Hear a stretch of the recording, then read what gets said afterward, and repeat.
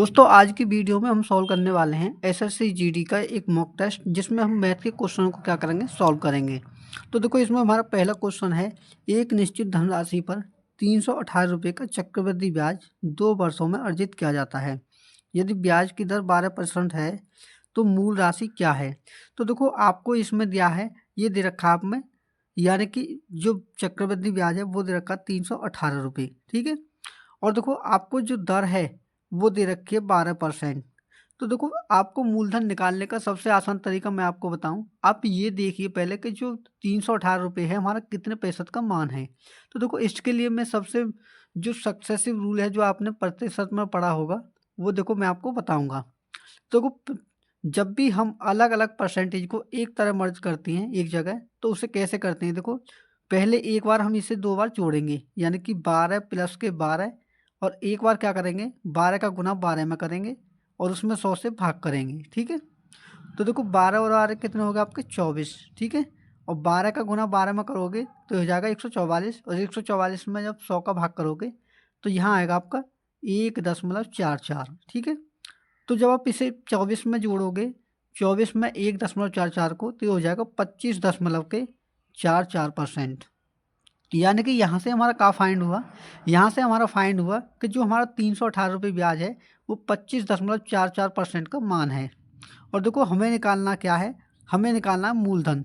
तो देखो मूलधन यानी कि प्रिंसिपल बराबर, हम क्या करेंगे, देखो 318 को लिखेंगे ऊपर, और जो 25.44 है इसे लिखेंगे बट्टे में, ठीक है, 25.44। और देखो हमें मूलधन निकालना है तो उससे के लिए करेंगे हम 100% से गुना, ठीक है। और देखो इस पॉइंट को आप घटाइए और 2 जीरो आप यहाँ लिख दीजिए, ठीक है, हो गया यहाँ पे। अब देखो इसके बाद में सिंपली आपको करना क्या है, आप इसे सॉल्व करेंगे। तो देखो पहले आप इसे 8 से काटिए। 8 से देखो कैसे काटेंगे हम, पहले देखो 4 से मैं इसे काटता हूँ तो ये कटता है 4 छिक्के 24, ठीक है। और इससे काटता हूँ तो 4 4 तिये 12, ठीक है। और 4 छः 24, और 4 से इसमें भाग दूंगा तो ये कितनी बार कटेगा 25 बार। अब आप सीधा सा आप देख सकते हैं कि 318 ऊपर है और 636 नीचे है।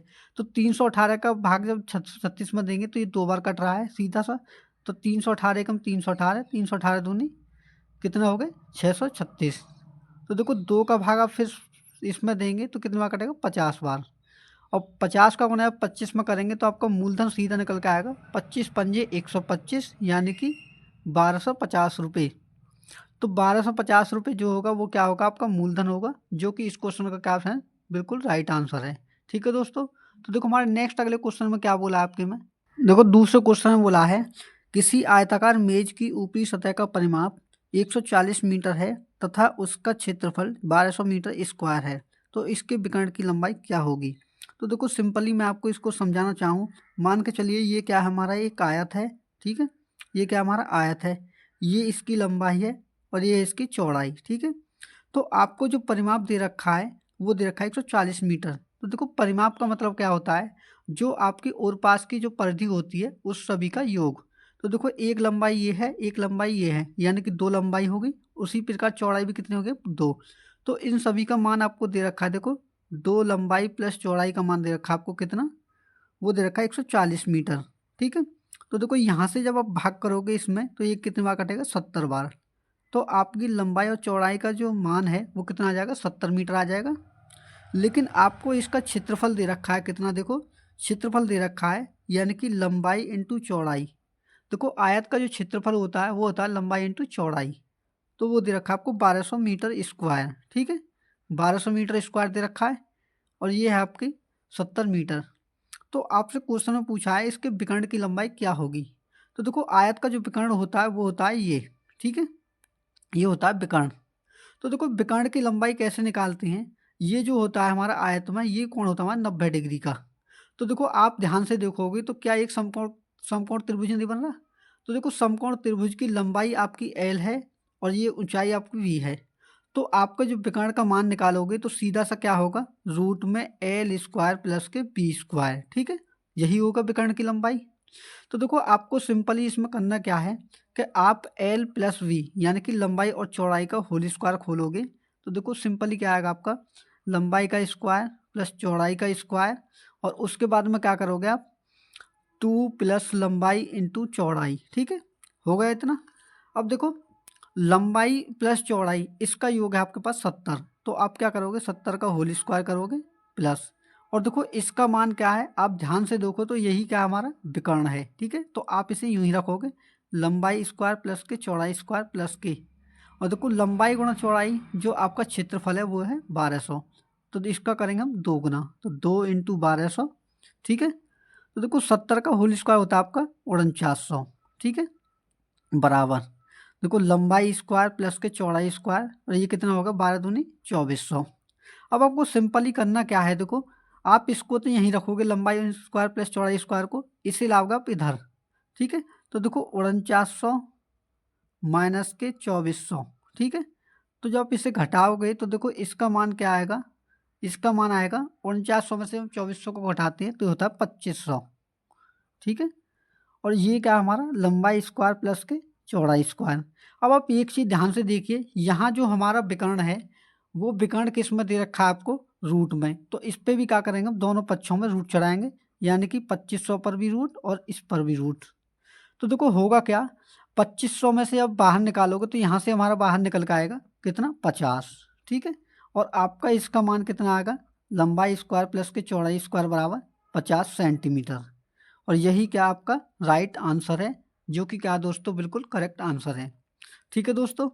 तो देखो हमारा नेक्स्ट अगले क्वेश्चन में क्या बोला है आपके में, तो अगले क्वेश्चन में बोला है देखो अनिल सुमित से 3 गुना तेजी से काम करता है, यदि सुमित स्वतंत्र रूप से किसी काम को 12 दिन में पूरा कर सकता है तो अनिल और सुमित मिलकर उस काम को कितने दिनों में पूरा कर सकते हैं, ये आपसे इसमें क्वेश्चन में पूछा है। तो देखो मान के चलिए ये क्या है अनिल है और ये क्या है, ये है आपका सुमित, ठीक है। अब आपको देखो इनकी क्षमता दे रखी है आपको कि अनिल जो है सुमित से 3 गुना है, यानी कि देखो अगर ये 1 यूनिट काम कर रहा है तो सुनील आपका अनिल कितना करेगा 3 यूनिट, ठीक है, यही तो आपको दिया है। अब देखो इस क्वेश्चन में बोला है कि आपका जो सुमित है वो 12 दिनों में उस कार्य को पूरा कर रहा है, तो देखो जब भी आपको टोटल कार्य निकालना होता है तो हम क्या करते हैं कि जो व्यक्ति जितने दिनों में कार्य को समाप्त कर रहा होता है उसमें उसकी आप क्षमता से गुना कर दीजिए। तो देखो सुमित 1 दिन में कितने यूनिट कार्य कर रहा है 1 यूनिट, ठीक है, तो 1 में जब आप 12 का गुना करोगे तो ये क्या होगा आपका टोटल कार्य है।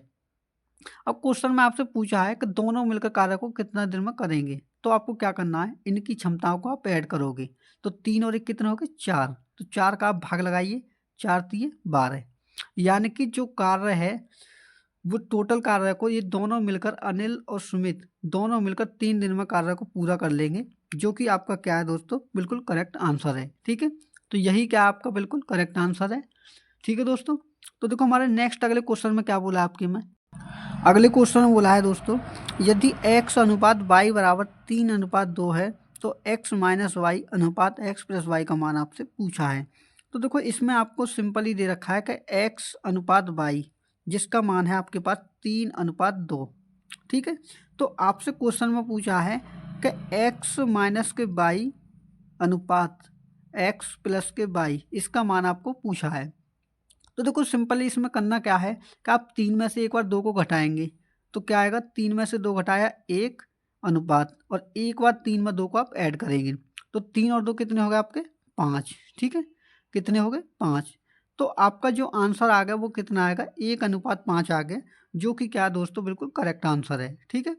तो देखो हमारे दूसरे अगले क्वेश्चन में क्या बोला है, अगले क्वेश्चन में बोला है आपके में, देखो अगले क्वेश्चन में क्या बोला है 8,600 रुपये की एक राशि x% प्रति वर्ष साधारण ब्याज पर 2/1/2 वर्षों में 9,589 रुपये हो जाती है, तो 4/1/5 वर्षों में समान राशि का मिश्रधन x + 4% प्रति वर्ष क्या होगा, यानी कि आपसे क्या पूछा है इसमें मिश्रधन पूछा है।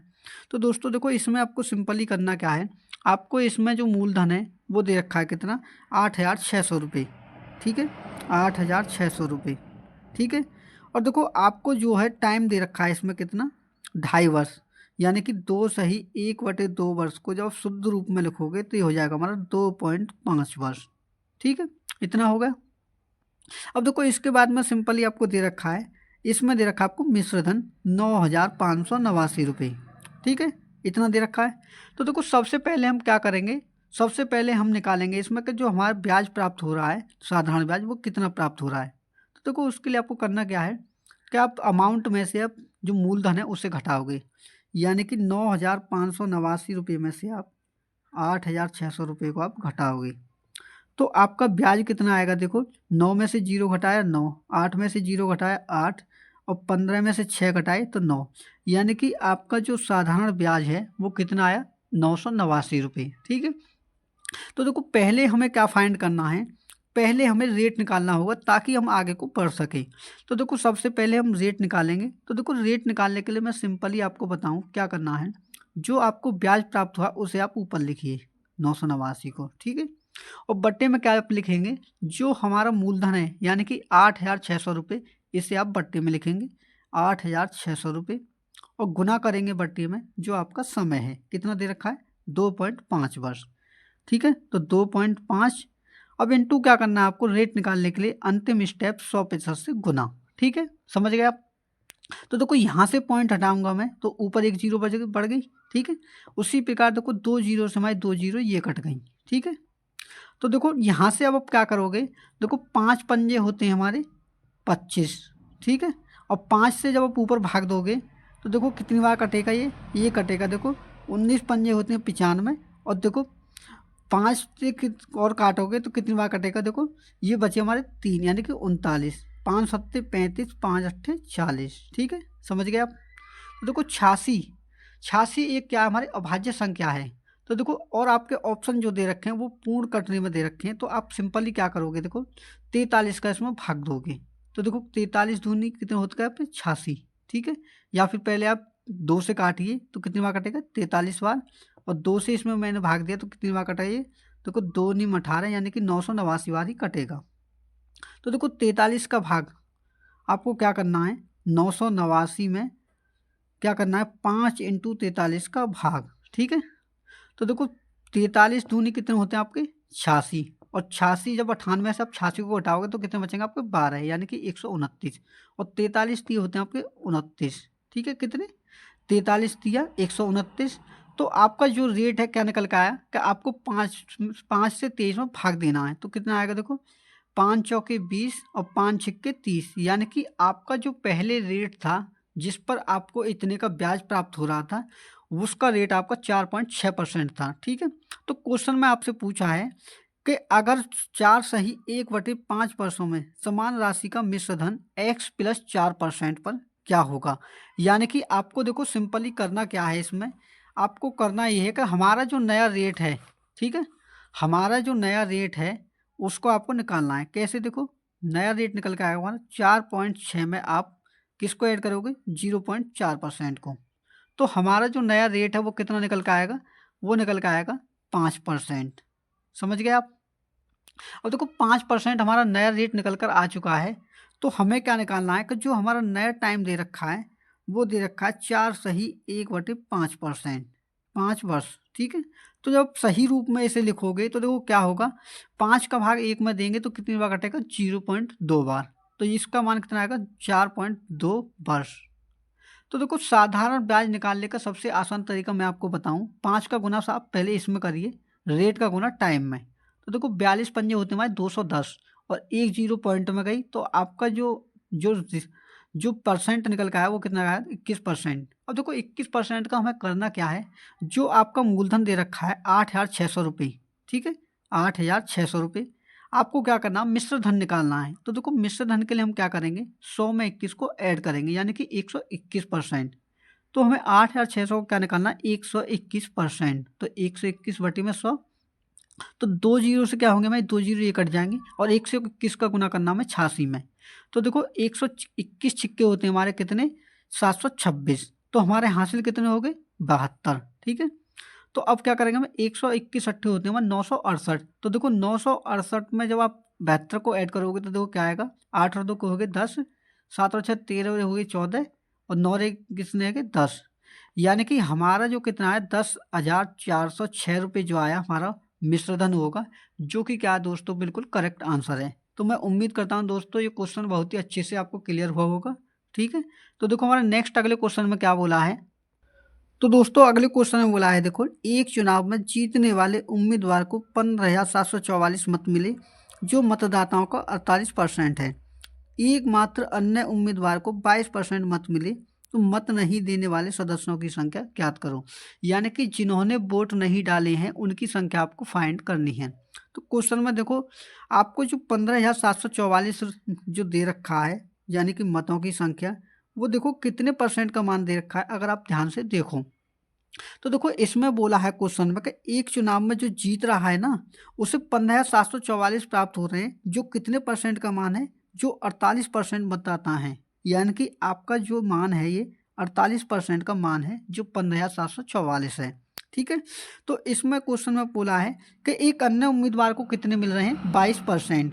तो आप एक चीज़ सोचिए कि एक व्यक्ति जो जीत रहा है उसे 48% मिल रहे हैं और जो हारने वाला है उसे 22% मिल रहे हैं। यानी कि टोटल वोट मिले कितने दोनों को, 48 में जब 22 को ऐड करेंगे तो हो जाएगा आपका 70%। तो कितने परसेंट लोगों ने नहीं डाले, 100 में से आप 70 को उठाएंगे तो कितना बचेगा, 30%। यानी कि 30% क्या करेगा, तो 30/100 से आप गुना करिए, या फिर देखो गुना करने की कोई जरूरत नहीं क्योंकि ये भी प्रतिशत में और ये भी प्रतिशत में। तो देखो जब हम इसे सॉल्व करेंगे तो देखो हमारा आंसर क्या आएगा, सीधा आंसर हमारे यहाँ से निकल कर आएगा। कैसे, 6 पंजे होते हैं हमारे 30 और 6 अट्ठे कितने होते हैं, 48। तो 8 का भाग जब हम ऊपरली संख्या में देंगे तो कितनी बार कटेगा, देखो 8 एकम 8, बचे कितने 7, ये हो गया 77। तो 8 ने 72, ये कितना बचा 5 यानी कि 54। 8 छिंग 48, बचे कितने 6, ये हो गया 64, 8 अट्ठे 64। तो सिंपली आपको करना क्या है, 1968 में आपको 5 से गुना करना है। तो आपके जो जिन मतदाताओं ने वोट नहीं डाले उनकी संख्या सीधी निकल कर आएगी। कैसे, देखो 5 अट्ठे होते हमारे 40, 5 छिंग 30 और 4 कितने हो गए 34। ठीक है, अब 19 पंजे 95 और 3 कितने हो गए 95 और 3 हो गए हमारे 98। यानी कि 9,840 रुपये की क्या होगी, 9,800 रुपये नहीं, सॉरी 9,840 वोट जो होंगे हमारी, वो व्यक्ति होंगे जिन्होंने वोट नहीं डाले। तो इस क्वेश्चन का जो आंसर होगा दोस्तों वो क्या होगा, 9,840 वोट होगा, जो कि क्या बिल्कुल करेक्ट आंसर है। ठीक है, तो देखो अगले क्वेश्चन में क्या बोला है आपके में, अगले क्वेश्चन में बोला है, देखो एक दुकान 2 पैक में मोमबत्तियां बेचती है। ठीक है, एक पैक ए 4 प्रत्येक रुपये पर 5 मोमबत्तियां और पैक बी 6 रुपये प्रत्येक पर 5 मोमबत्तियां, प्रति मोमबत्ती औसत मूल्य क्या है। यानी कि आपसे पूछा है कि प्रत्येक मोमबत्ती का औसत मूल्य क्या है, ये आपसे पूछा है। तो देखो पहले क्या करते हैं हम, देखो एक पैकेट ए में और दूसरा हमारा बी में। ठीक है, तो देखो होता क्या है कि जब हम 5 मोमबत्तियां यानी कि ए वाले को बेचती हैं तो देखो एक तरफ आप क्या लिखोगे, रुपये को लिख लोगे और एक तरफ आप क्या लिखोगे, पैकेट को। ठीक है, यानी कि जितने पीस हैं। तो देखो आपको करना क्या है कि कितने रुपए में, देखो 4 रुपये में, 4 रुपये में कितनी मोमबत्तियाँ, 5 मोमबत्तियाँ।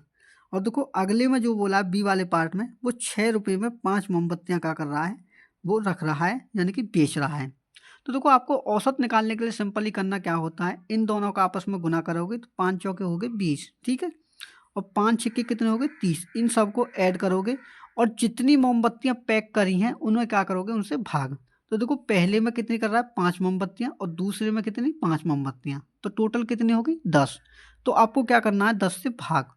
तो देखो क्या आएगा, 30 और 20 हो गए आपके 50, और 50 में जब 10 से भाग दोगे तो कितनी बार कटेगा, 5 बार। यानी कि उनका औसत मूल्य जो है वो क्या है, 5 रुपये है, जो कि दोस्तों क्या है, बिल्कुल करेक्ट आंसर है। ठीक है, तो देखो नेक्स्ट अगले क्वेश्चन में क्या बोला है आपके में, देखो अगले क्वेश्चन में बोला है कि ए का मान आपको निकालना है और आपको एक समीकरण दी हुई है, इससे आप ए का मान कैसे फाइंड करेंगे। तो देखो एक बार मैं आपको साफ रूप में लिख देता हूँ कि 15 प्लस के 18। ठीक है, और उसके बाद में क्या करना है, डिवाइड बाई 3 इंटू 5 माइनस के 12 डिवाइड बाई 4 प्लस के ए बराबर 100।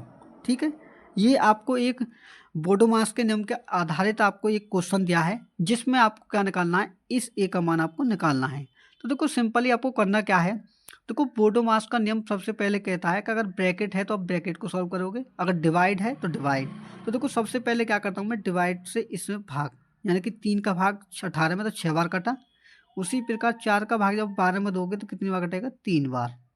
तो देखो 15 प्लस यहाँ क्या करना है, देखो इस संख्या का गुना आपको 5 में करना है, यानी कि 6 पंजे कितने हो गए आपके 30 हो गए, और माइनस यहाँ माइनस है तो माइनस लिख दिया। उसके बाद में देखो यहाँ का बचा 3, ठीक है, प्लस के a बराबर 100, ठीक है, इतना हो गया। अब देखो सिंपली आपको करना क्या है, देखो 15 में से आप 3 घटाइए तो कितना होगा हमारे 12, और 12 को जब 30 में ऐड करेंगे तो कितना हो जाएगा 42, ठीक है।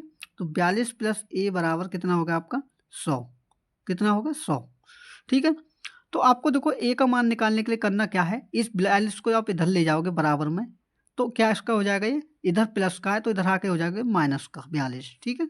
तो a का मान कितना आएगा आपका, देखो 100 में से 42 घटाएंगे तो 58 जो होगा आपका राइट आंसर होगा दोस्तों, जो कि क्या बिल्कुल करेक्ट आंसर है, ठीक है। तो देखो नेक्स्ट अगले क्वेश्चन में क्या बोला है आपके में, दोस्तों अगले क्वेश्चन में बोला है, देखो आपके में अमित अपनी आय का 20% बचाता है, यदि उसकी आय में 38% की वृद्धि होती है और व्यय में 60% की वृद्धि होती है तो उसके बचत में कितनी प्रतिशत की वृद्धि या कमी होती है, ये आपसे पूछा है। तो देखो क्वेश्चन में जब भी आपको सेविंग यानी कि बचत और व्यय के ऊपर आधारित क्वेश्चन आए तो सिंपली आपको करना क्या है, एक तरफ आप लिखोगे उसकी इनकम को, एक तरफ लिखोगे आप किसका जो इन खर्च है यानी कि एक्सपेंडिचर को, एक तरफ लिखोगे आप उसकी सेविंग को यानी कि कितना बचा रहा है। तो देखो सिंपली आपको करना क्या है, देखो जब भी कोई व्यक्ति होता है तो उसकी जो मासिक आय होती है या टोटल रुपए होते हैं उसे मानते हैं हम 100। तो मान के चलिए उसकी इनकम 100 रुपये है, जिसमें से क्या कर रहा है वो 20% बचा रहा है, तो 100 का 20% कितना होगा 20 रुपये, ठीक है। तो जब एक चीज़ सोचिए, जब 100 में से 20 रुपये बचा रहा है तो वो खर्च कितना कर रहा होगा 80 रुपये, ठीक है। तो अब देखो नेक्स्ट पॉइंट पढ़िए आप, इसमें क्या बोला है, इसमें बोला है कि यदि उसकी आय में 38% की वृद्धि कर दें, तो देखो वृद्धि का मतलब क्या होता है कि उसमें 38% की वृद्धि यानी कि 100 में आप क्या करोगे 138% निकालोगे तो कितना हो जाएगा ये 138, ठीक है। 38% की इसमें वृद्धि कर दी मैंने।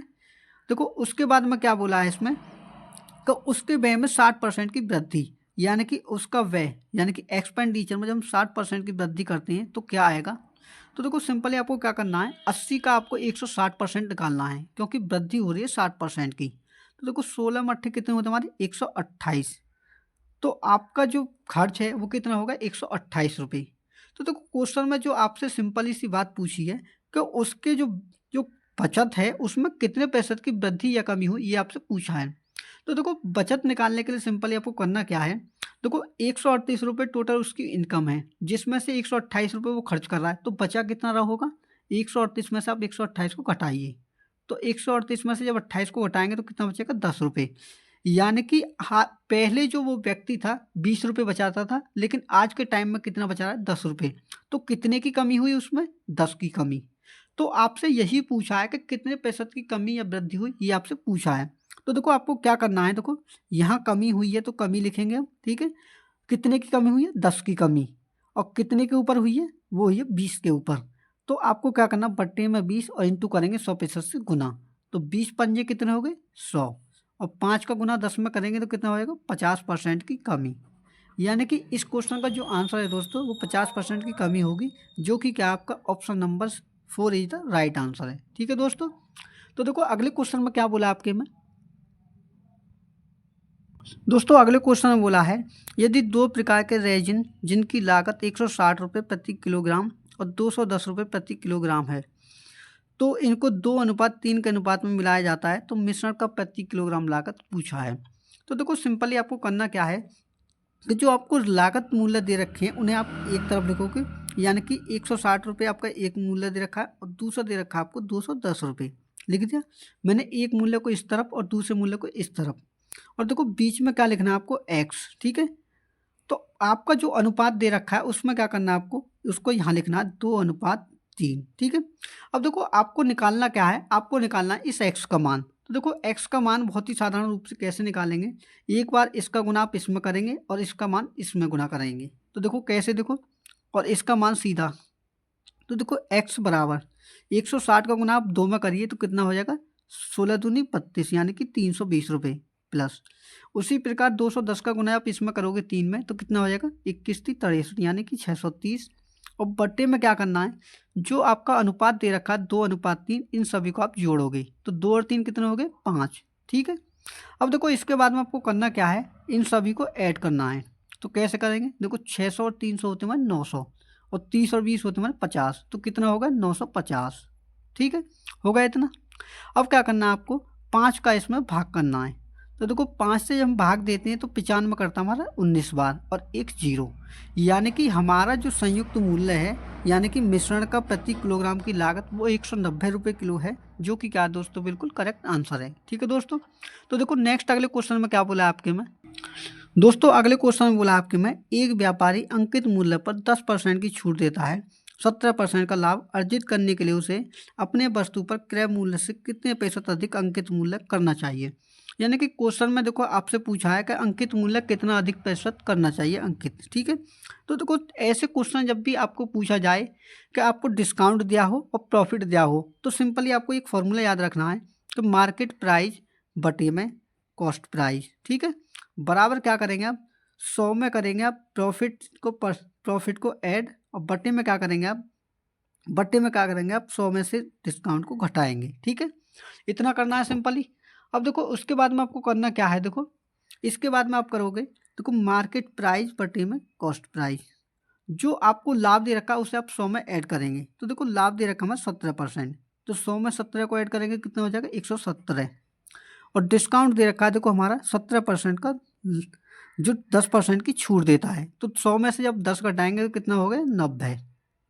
तो क्वेश्चन में देखो आपसे यही पूछा है कि उसे अपनी वस्तु पर क्रय मूल्य से कितने प्रतिशत अधिक अंकित मूल्य करना चाहिए। तो देखो आपका कॉस्ट प्राइस 90 रुपये है और मार्केट प्राइस कितना आ गया 170 रुपये, तो कितना अधिक है इससे, ये जो मार्केट प्राइस है कॉस्ट प्राइस से कितना अधिक है आपका 27 अधिक।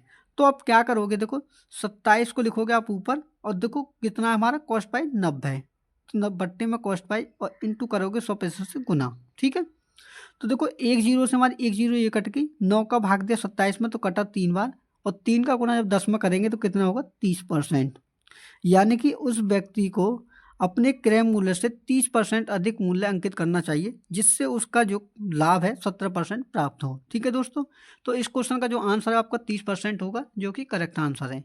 तो देखो अगले क्वेश्चन में क्या बोला आपके में, अगले क्वेश्चन में बोला है दोस्तों, एक 26 लीटर के मिश्रण में शराब और जल का अनुपात 7:6 है, यदि यह अनुपात 4.5:2 होना है, तब मिलाई जाने वाली अतिरिक्त शराब की मात्रा क्या है।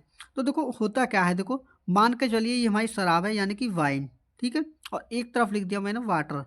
ठीक है, तो आपको जो इसका अनुपात दे रखा है वो दे रखा है 7:6।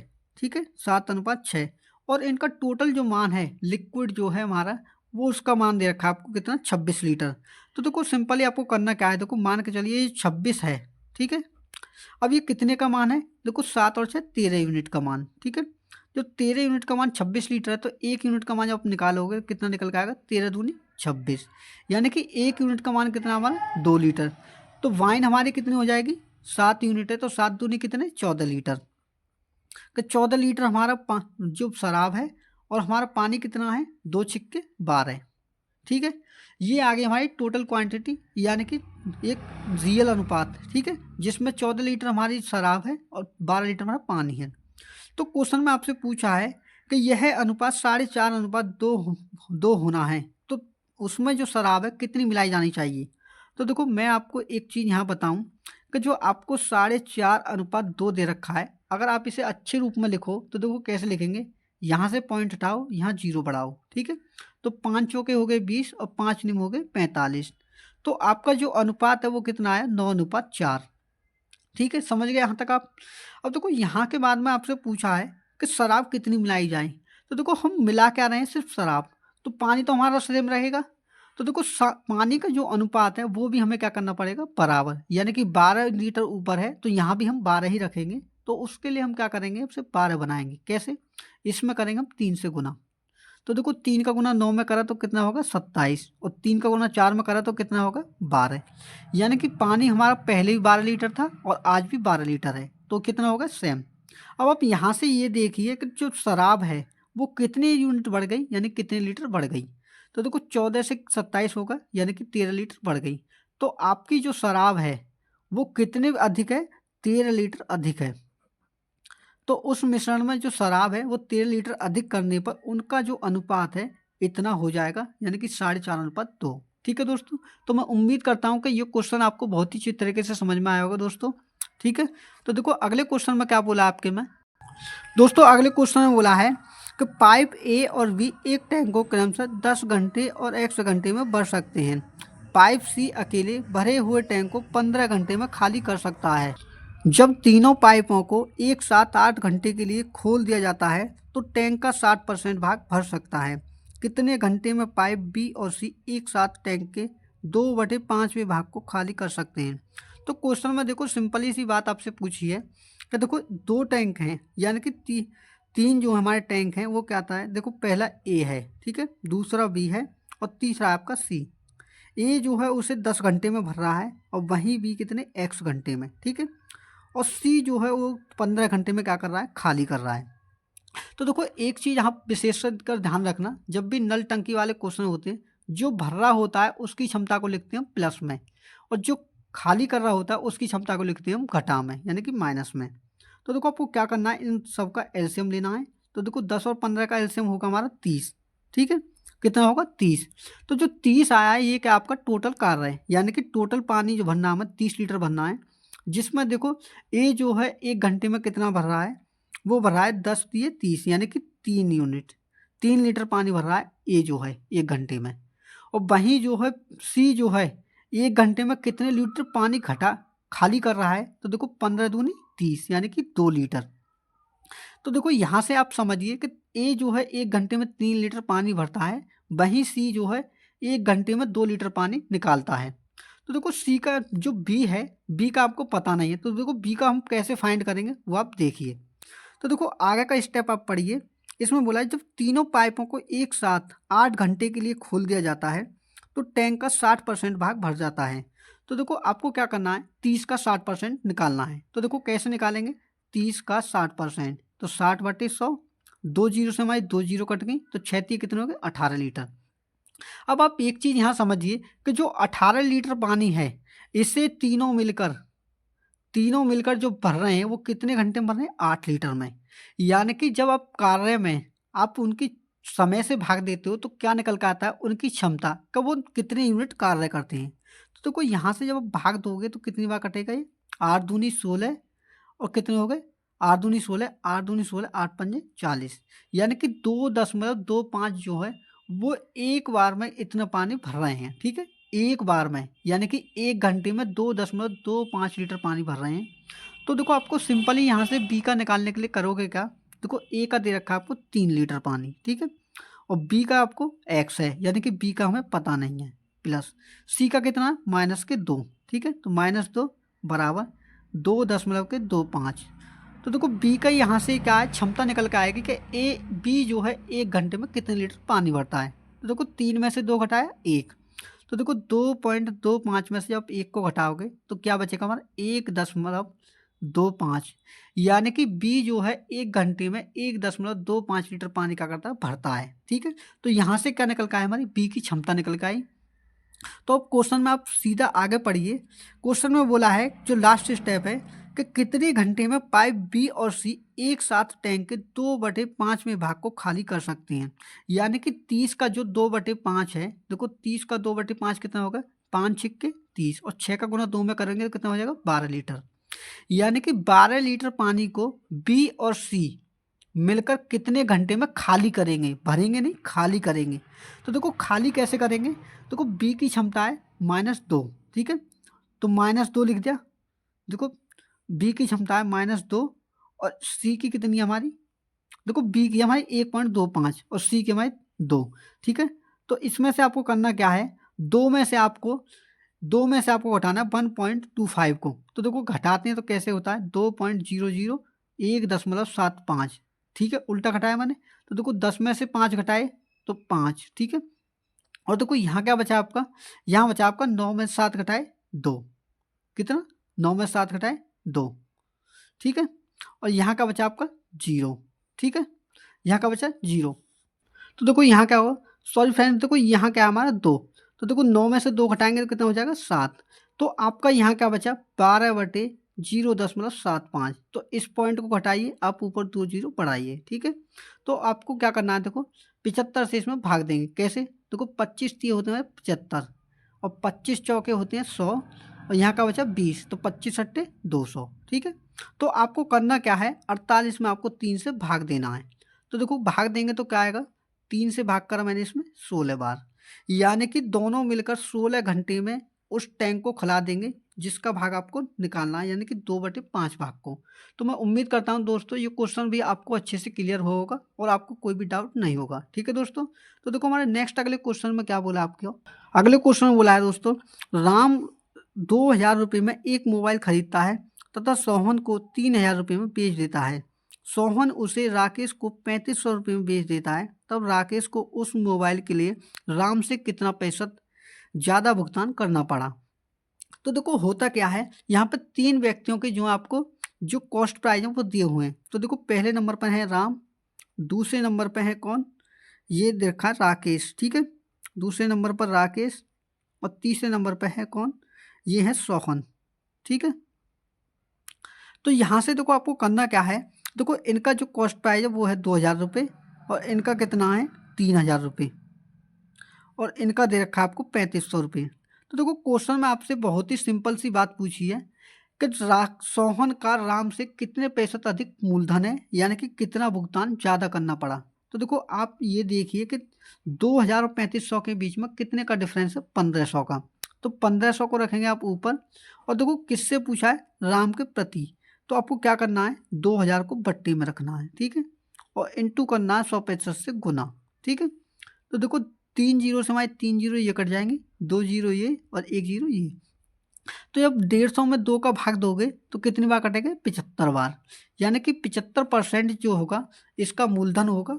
मूलधन यानी कि जो जो उसकी राशि है 75% अधिक उसने भुगतान करा। ठीक है, तो आपका जो आंसर है दोस्तों वो 75% होगा, जो कि क्या बिल्कुल करेक्ट आंसर है। ठीक है, तो देखो अगले क्वेश्चन में क्या बोला आपके में दोस्तों, अगले क्वेश्चन में बोला है देखो, एक महिला के व्यय और बचत का अनुपात 5:1 है।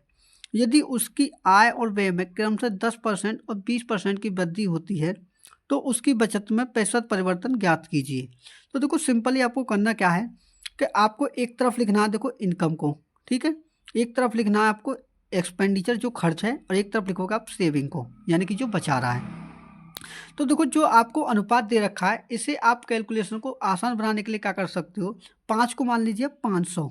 ठीक है, कि उसका जो खर्च है 500 रुपये है और जो जो उसका बचत है वो 1 दे रखा है, तो उसे कर लेंगे हम 100 रुपये। तो देखो 500 रुपये खर्च कर रहा है और 100 रुपये बचा रहा है, यानी कि उसकी इनकम कितनी होगी, दोनों को ऐड कर देंगे तो 600 रुपये, यानी कि उस व्यक्ति की इनकम 600 रुपये है। लेकिन बाद में क्या बोला है, बाद में बोला है कि यदि उसकी आय और व्यय में, देखो आय में क्या करना है 10% की वृद्धि। तो देखो 600 का जब 110% निकालोगे तो कितना हो जाएगा, 660 रुपये। कितना, 660। ठीक है, और वहीं देखो इसमें क्या बोला है, इसमें बोला है कि उसकी बचत में जो व्यय है उसमें 20% की। तो देखो आपको क्या करना है, 500 का 120% निकालना है, क्योंकि 20% की क्या बोला है इसमें वृद्धि। तो देखो 12 पंजे कितने हो गए 60 और 2 जीरो से हमारी कैंसिल, तो ये कितना होगा आपका 600। अब आप एक चीज़ यहाँ ध्यान से देखिए कि 660 रुपये किसी व्यक्ति की आय है और 600 रुपये उसमें से खर्च कर रहा है, तो वो बचा कितना रहा होगा, 60 रुपये। ठीक है, कितना, 60 रुपये। अब देखो क्वेश्चन के लास्ट स्टेप को आप पढ़िए, को क्वेश्चन में आपसे पूछा क्या है।